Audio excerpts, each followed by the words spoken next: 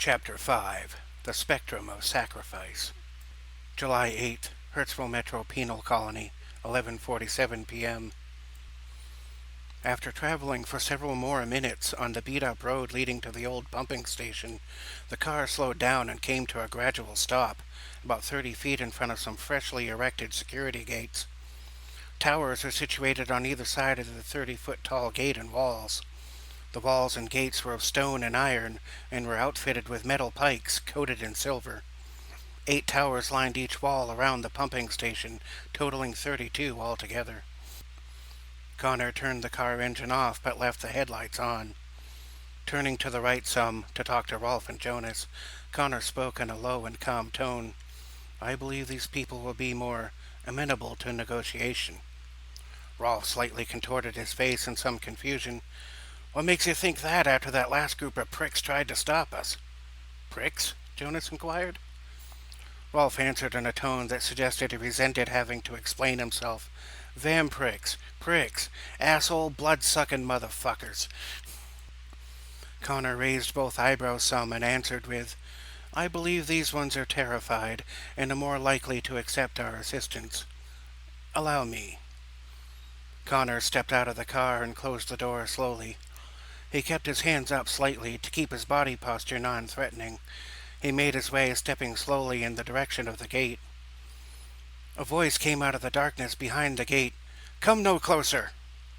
Connor came to a stop and replied, "I am afraid we must, but we wish to aid you in the process. As you well know, many lichens will be on their way here very soon." A second, more authoritative voice sounded from behind the gate, saying with both depth and clarity, "We've no quarrel with the son of Vladimiros. Why is it you have come to see us?" Connor answered in a more regal tone, "Many lichens are coming here to bring you death. It is our hope that in exchange for our aid, my band and I may be allowed passage, so that we may traverse the old tunnels underneath the station. For this, we would fight as one of your own." A cloud of mist poured through the gaps in the metal gate and took on humanoid form. Some 15 feet in front of the gate and about equal distance from Connor's position. 2 others poured out on either side, all becoming humanoid as well. They all had pale skin and wore metallic armor, covered in cloth with a blue sheen and accented with boots and cloaks of white. Their clothing bore symbols of sword crossed over hammer, with a gold cornea leaf on either side, all against a white circle on deep blue clothing.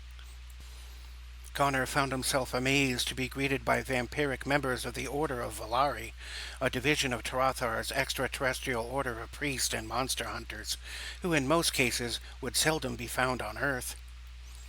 Looking on in astonishment, Connor inquired, "The Order of Valari? How has this come to be?" The central figure answered, "Our betters didn't approve of our questioning their methods, and so as punishment, they saw fit to find a way to make us the sort of things we used to hunt, using the very necromantic methods they claim to disapprove of so vehemently." Connor inquired further, "How is it then that you are here, and so adorned as being such outcast?" The central figure, a rather tall human, spoke while those to either side nodded affirmingly. "We tried at first to resume our felt cause and to publicly protest our fate, but those in power managed to easily turn both the rest of the order and most of our populace against us. In desperation, we sought the gate under the old Berenian temple in Nebraham Forest." The figure to the right of the central one spoke in English with an elven accent, which to an earther might sound French. "We still believe in our cause, even if we are betrayed by our elders."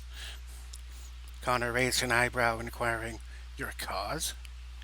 The figure on the left, an elvish woman, spoke up, "To protect the innocent from those who would play predator." The central figure spoke again, "Enough then. If you will assist us in repelling our invaders, we will make sure you acquire the passage you seek. Our only interest is in keeping the tyrannical from occupying this structure." With that commentary having been exchanged, Rolf and Jonas exited the car, making themselves seen. Along the way, Rolf had changed from his leather jacket to his old tan trench coat. It had been modified to sheath and holster multiple weapons and was made of a special, highly damage-resistant material. It was practical and functional, but time had left it stained with the fallout of battle, as well as the aromas of beer, cigarettes, and cheap cologne. As the men got out of the car, the female elven Valari crinkled her nose some, mumbling to herself, "Won't one of you teach the tall one with the mechanical eye to wear a bit less incense?" Rolf overheard and protested, "It's called English leather, sweetheart." Connor, realizing they had struck a deal, slowly lowered his hands and gave a respectful nod and bow. Looking back over his shoulders in Rolf's direction, Connor said, "It does smell a bit like buffalo urine." For a few seconds, Rolf continued a look of sheer disbelief. After a moment, he just shook his head and let out a sigh. "First it's evolved social Darwinist vampires from space, then it's snooty elvish vampires with a religious complex. Whatever happened to boobs and hairspray? But what are you all looking at?" After the leering faces of disapproval had lasted for but just a few seconds, the blue-clad leader of this unit of Lari introduced himself to Connor, pulling down his hood, showing his face and medium-length black hair. "I am Auren. We will gladly accept any assistance you can offer." "It is agreed then," Connor replied. Jonas, walking by Connor and Rolf, looked Rolf in the eyes just long enough to say, "Asshole." The two figures to either side lowered their hoods and revealed their faces. Auren was human, but his two aides were elves, not native to this earth.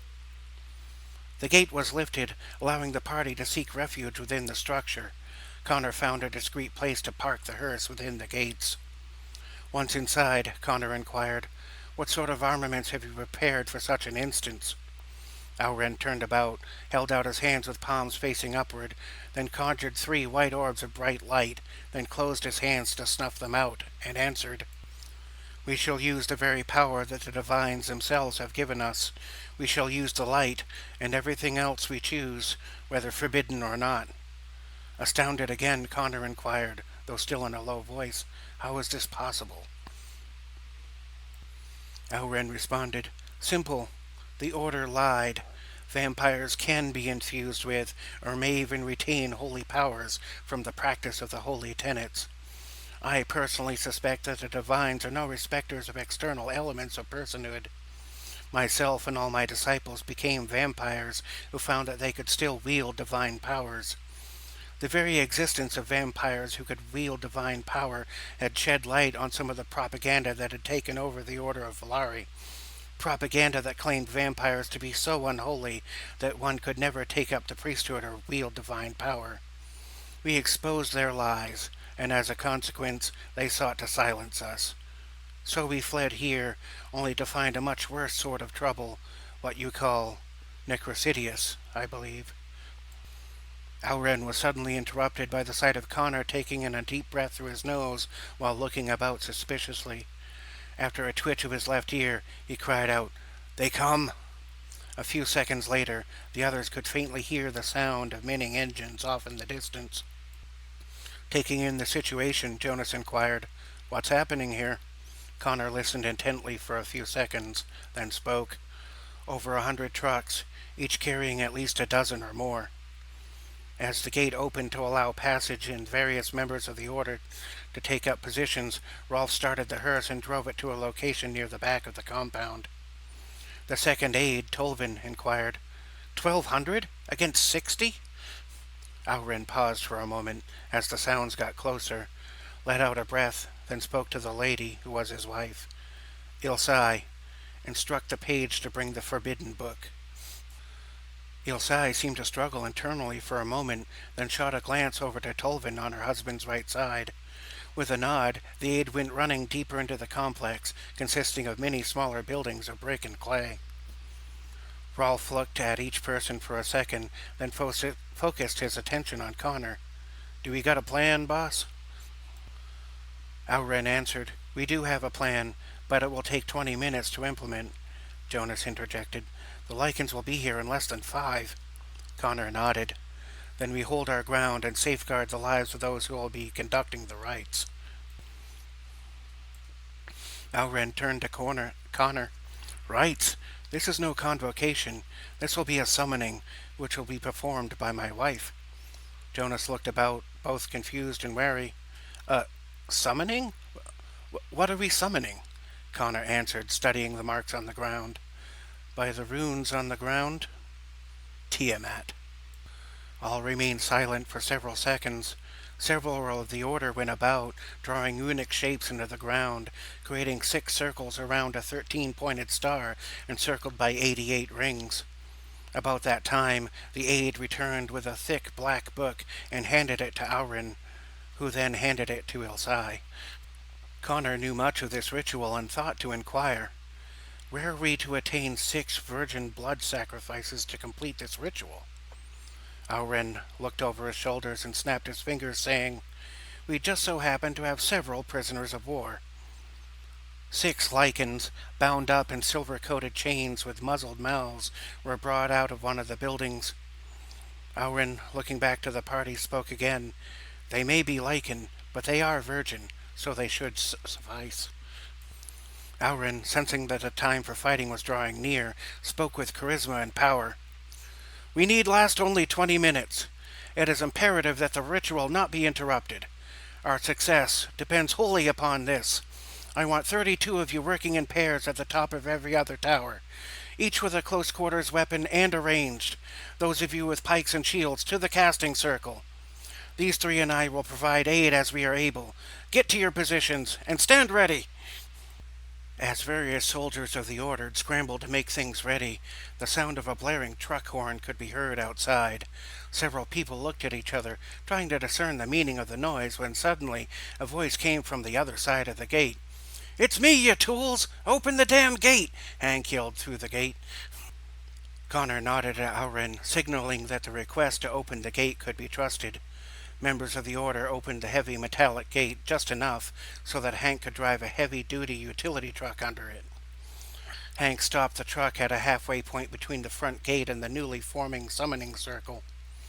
Hank hopped out of the truck and ran around to the back to open a panel with lots of switches, levers, and buttons.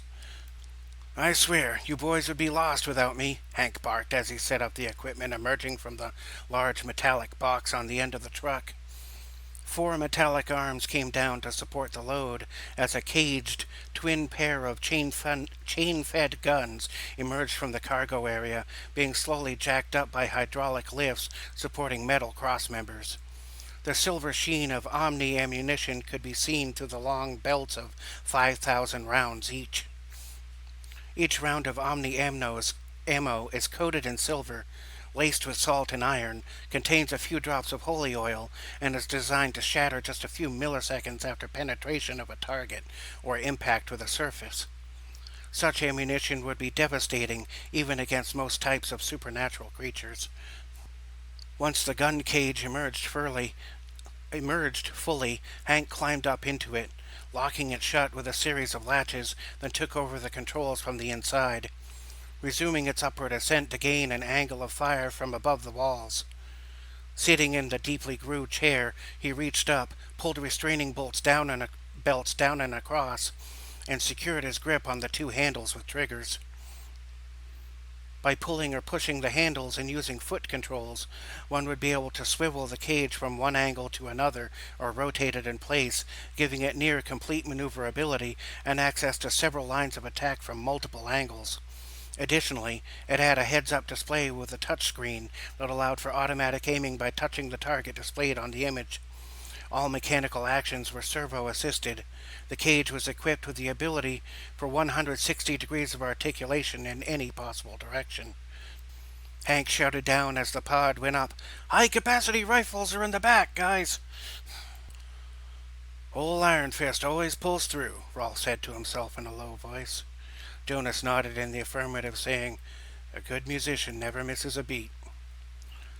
Rolf and Jonas both grabbed a rifle and several boxes of ammunition. Each box contained 100 rounds of Omni ammo that could be swapped out like a typical machine gun box cartridge. These rifles could be fired as single shot, semi-auto, 4-round burst, or as fully automatic. Rolf went up to assist one of the forward towers, while Jonas went to one in the rear.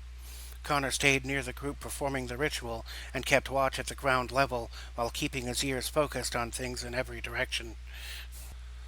A cold breeze picked up as members of the Order stirred, the gun cage found its positioning, and Ilsai started to chant for the summoning. The pacing of the chant and the ritual actions had to be kept in a timely way. There was no way to speed up the process, as changing the speed of the ceremony would nullify its effects. The sounds of whirring diesel engines, wind blowing, multiple persons chanting, scuffling feet, and the howls of lichens filled the air with a foreboding sense of dread and impending danger. Everyone, save for those participating in the ritual, remained still and quiet. A bit of thunder rumbled off in the distance. Only those with certain types of vision could see beyond the darkness of the night. While the interior of the structure was illuminated by oil lamps, anything on the outside could only be seen through night vision goggles, or the eyes of vampires and lichens. They kept watch, listened, and waited. Connor looked up to Auren and spoke in a low and deep voice. "They are here." A train of large trucks started appearing from around the distant bend in the road. Each truck had a dozen or so lichens on or in the bed or cargo container. Their types were primarily wolf and bear, with several other types, such as wolverine and fox. They ranged from over 6 feet tall to just under 4 feet tall, but any of them would be strong, fast, and deadly. The sounds of gunfire, chanting, and crossbow weapons erupted from the forward towers. 1, 2, and then 3 of the trucks crept to a halt as their windshields were pelted with fire, incapacitating or killing the lichen drivers. Another lichen would manage to toss out the old driver and take the wheel themselves. Other trucks stopped just shy of the gate and walls, for their occupants to be torn to shreds by omni-fire and blasts from divine prayers, causing damage and destruction by light and fire. Many of the lichens would gather around a truck and attempt to lift it, then place it on top of another truck, in an attempt to build a 3-tiered set of steps that could reach the top of the walls. One lichen would be blown away, screeching in flames, but another would fill the gap to take up its place. Others were strong or agile enough to keep up most of the way, and then start climbing to the top. Meanwhile, Hank moved the gun cage into place and started tearing both lichens and trucks into shreds with 2 chain-fed turret guns, capable of spitting out 15 rounds per second each. Hank acted fairly conservative with the ammo, knowing he could quickly exhaust the supply if he were not careful. With clenched teeth and one squinted eye, he would aim at a target and fire in short, controlled bursts. It was almost a rhythm of 2 seconds of fire, followed by 2 seconds of reconstituting accuracy, then firing in another burst. Hank and the forward towers were doing a decent job of creating a pile of shredded lichened flesh and flaming truck metal in front of the gate. Suddenly, the sounds of hundreds of flapping wings could be heard, seemingly from all directions. Bat-type lichens, about half the size of a human, fluttered in from every direction, covering the black sky, going over the walls, and swooping in from above. Hank and the others with ranged weapons did their best to thin out the hordes of incoming winged lichens. 3 or 4 to converge at a time, lift up a Volari member, and try to remove them from inside the walls. Some would be dropped outside and torn to shreds by the lichens all around the wall, but most managed to mist away and return to their position. Every delay would cost a life. Hank was kept occupied by hundreds of flying targets running interference. On the ground level, Connor and some heavily armored and armed members of the Order did their best to keep enemies away from those performing the ritual. They were just a couple of minutes into a 15-minute ritual summoning. At the very least, Ilsai and the 6 sacrifices would have to be safeguarded until the conclusion of the summoning. The rear wall and the left wall were being overrun by sheer numbers. Hank changed the focus of his attention to those walls for long enough to bring some relief, just for another wall to be overrun as soon as his attention was diverted for a few seconds. Those in the towers worked frantically to stem the flow of so many hostile beasts. When it came time to marshal weaponry, most members of the Order of Volari were as skilled as any member of Matic. Still, Connor Greenleaf did the bulk of the work, zipping from one place to another, taking advantage of his extreme age as one who was half vampire and half Etherean, being of celestial descent on his father's side. For lack of a better description, he was a demigod of vampiric lineage, and it showed in his combat abilities, being stronger, faster, and more resilient than an ordinarily aged vampire. Hank suddenly found the gun cage swarmed by dozens of winged lichens, obscuring his vision and the camera connected to the HUD system. Hank had to take his best guess as to where to fire, and was far less accurate. Leaning down, he engaged a switch that caused a powerful electric current to cause through the cage, causing several to tense up, howl, and eventually let go. Electricity, being a form of energy, is capable of killing a lichen, temporarily. Some who dropped did not get back up, and would not unless directly exposed to moonlight within 3 nights.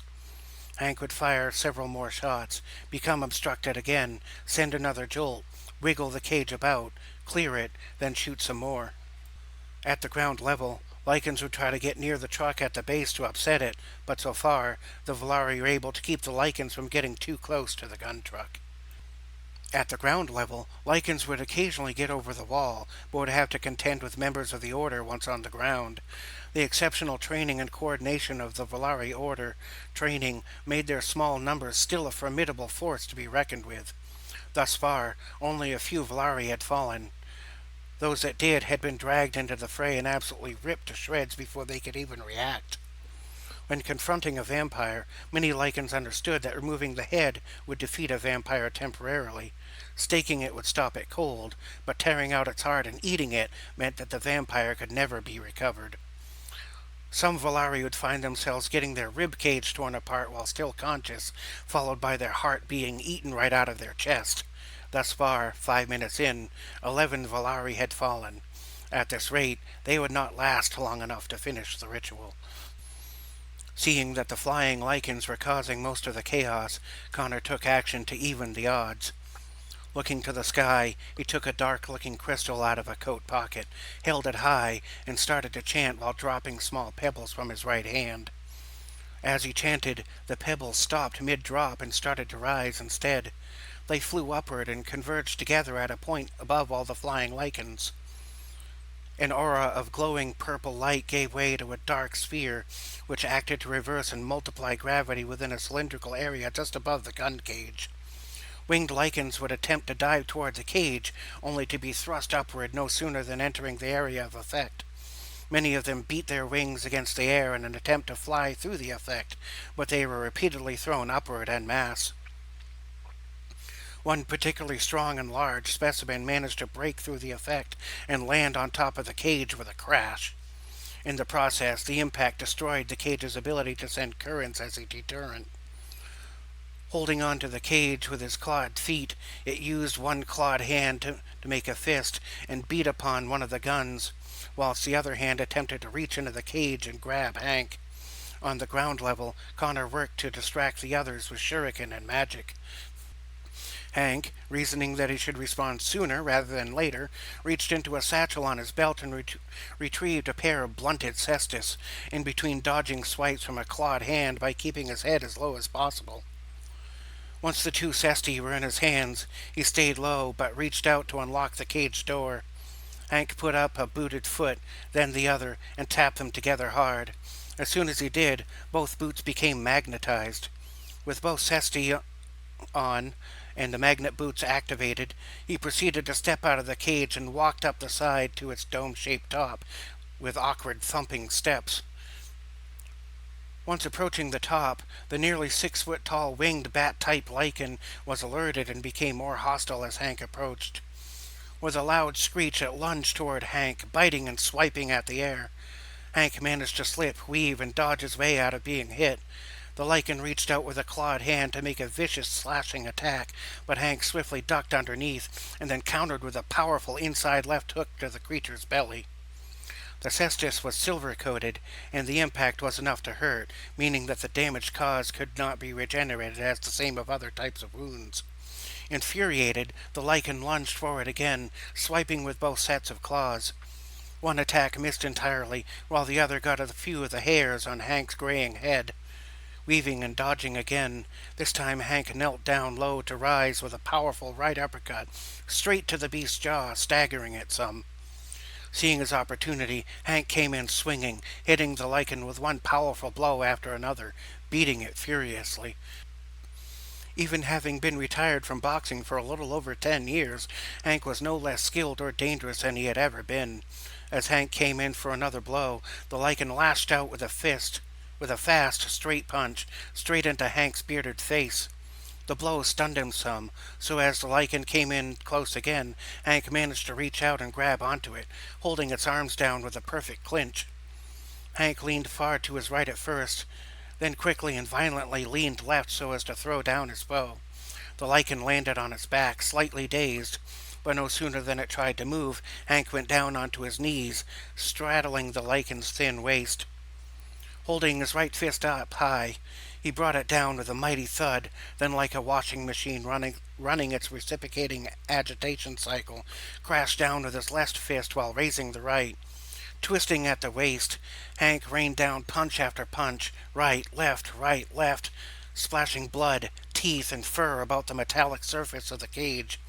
With one final crash, Hank's right fist split the lichen's skull open, revealing some brain matter, then, with the left fist, sent a blow straight through the creature's skull, smashing in its brains. With an adrenaline-filled "Ah!" Hank stood, grabbed the creature by what was left of its head, and tossed it down to the ground below.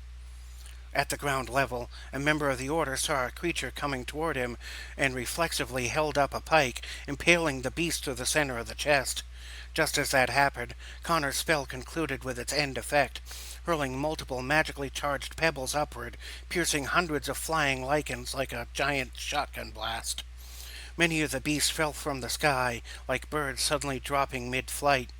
Most of those that hit the ground were immediately attacked and finished by Volari members, despite their ongoing vicious conflict with other lichens on the ground.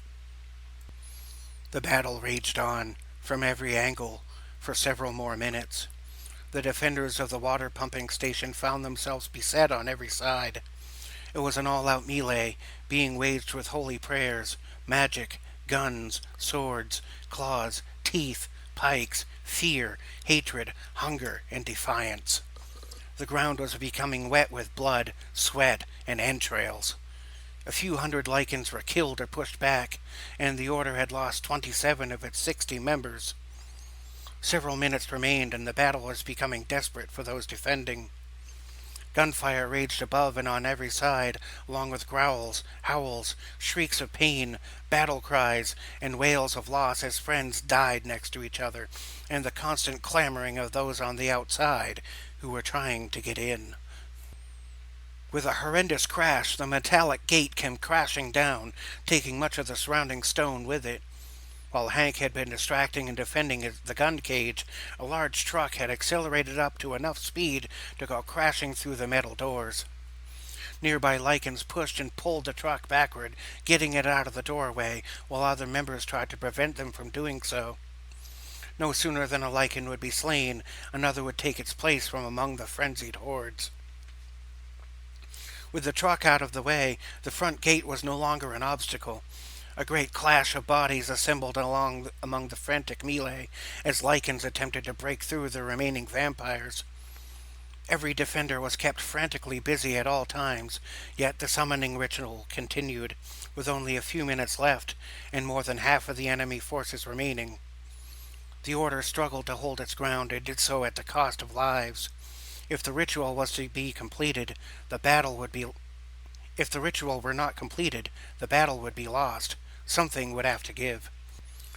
Lichens started to move back and be displaced as though something rather large moved through their masses. Lichens were parted like the sea in the tale of Moses as something unusually large and beastly charged its way through the crowd from behind their ranks. As those lichens closest to the skirmishing line were displaced, a ghastly creature with humanoid form, 10 feet tall, covered in metallic scales, with the head of a crocodile, foot-long claws, and a dual-spiked tail, came crashing through the ranks. From head to toe was covered in thick metal armor. Under that was a crocodile type of werebeast. Catching a glimpse from the corner of his eye, Rolf's shocked face uttered the words, "You're fucking shitting me!" Crashing through the lines, its very presence made some of the Order step backward in terror as it roared ferociously. A very brave pikeman rushed forward to engage it, only to be sliced into four sections with a single swipe from the creature's clawed hands. Crossbow bullets and other projectiles bounced off the thick armor, causing only the most minor damage to the surface. The Order maintained its shield wall formation. The powerful creature swung its spiked tail with a massive sweeping arc, knocking the formation straight onto its back and sending a few of its members flying a dozen feet away or more. It raged and roared as all manner of weapon strikes rained down upon it, but to no avail. With a snapping strike, it bit the head off of an approaching Order member, then spit it at another, knocking her over after impacting her shield. It punched another so hard that it flew back more than 20 feet, smashing into a concrete wall that cracked under the impact. Neither Rolf nor Jonas could get close enough to do anything, as they were busy with more than their fair share of foes. Connor, hearing what was happening, managed to free himself from the melee by becoming mist, then once above, turned into a bat and gained some more altitude. Once high enough to see the situation, he flew to a position directly above the metallic rock werebeast, then reverted to his humanoid form. He plummeted down from 30 feet above and landed directly on the back of the creature's armored neck, narrowly missing the sharp spikes on it, wrapping his legs around the neck and his arms around the werecrock's long, sharp-toothed snout. It responded by taking several steps back, flailing its arms and claws around, attempting to make a swipe at its assailant. Connor squinted his eyes and seemed to be in deep concentration as clawed hands swiped at him. Each claw swipe was met by an invisible force that prevented it from striking, emitting a faint glimmer of light as each claw came up against some invisible force. Attempting to hold on to the werecrock and to gain some purchase over its movement, Connor's nose started to bleed as he maintained both the physical strain of the struggle and the psychic strain of maintaining a psionically generated force field. Being assailed by such a strong monster, Connor strayed and grunted in between fast, labored breaths. He held fast with his right arm while freeing his left arm to reach into his dark starlight cloak. With the right arm hooked under the werecrock's jaw, the left hand produced a long, jagged black dagger from the mass of swirling stars inside the cloak. With the werecrock distracted by Connor on its shoulders, some of the Order members recovering from the prone position were able to get back into the formation. Meanwhile, pikemen on either side took up flank positions and stabbed the creature in the unprotected armpit areas. With a shriek, the beast flailed its arms in a downward direction as a reaction, giving Connor the opportunity to drive the near foot-long dagger into the underside of the creature's jaw. Connor swiveled himself downward, pulling the creature's head down with him, then, with a mighty upward thrusting jump, rammed the dagger straight into the skull beyond the jaws, slicing open the lower jaw in the process. With another violent thrust, the dagger went up into the skull, penetrating into the brain. Being pricked by even more pikes, the werecrock flailed its arms about furiously, knocking some of its assailants backward. It dropped to its knees, slashing and grasping about with its claws. Connor released his grasp on the dagger, and with a crouch, performed a backflip kick, driving the hilt of the dagger deep into the creature's head, burying the blade deep into the creature's brain, bringing it to a halt. It rested upon its knees, with the arms hanging limply to the sides. With some blood still trickling from his nose, Connor started to perform a spell which produced a mighty gout of flames, setting the creature ablaze. Still on its knees, the creature's violent rampage ended as it was consumed by the quickly growing flames. As the werecrock was being set ablaze, the 7 members of the Order who were performing the ritual were bringing it to a conclusion. Ilsai continued to chant louder and louder as 6 members with ceremonial silver daggers put them to the throats of the lichened virgins, which were bound to the 6 locations. All at once, each throat was slit in unison. The blood squirted at first, then trickled down into the grooves in the pattern of the summoning area. The 6 circles, the 13-pointed star, and the 88 rings filled with blood. As the pattern became complete, the blood started to glow as though it were molten rock. A strange purple light was emitted from the shape, shining as far up as one could see. With the summoning ceremony complete, the heavens started to rumble with the sound of thunder, followed by a nearly deafening roar.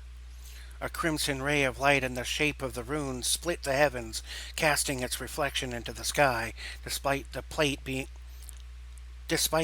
ceiling being the physical object above that location. The material realm of Earth and the dimension of Hades converged upon that spot, freeing the ethereal form of a colossal, six-headed, six-winged, six-legged, six-tailed dragon. Each head had 6 eyes and 6 horns. It descended from the heavens like a falling meteor, stopping just 666 feet above the area. Flapping its 6 wings, the 6 heads reared up, inhaling air and energy.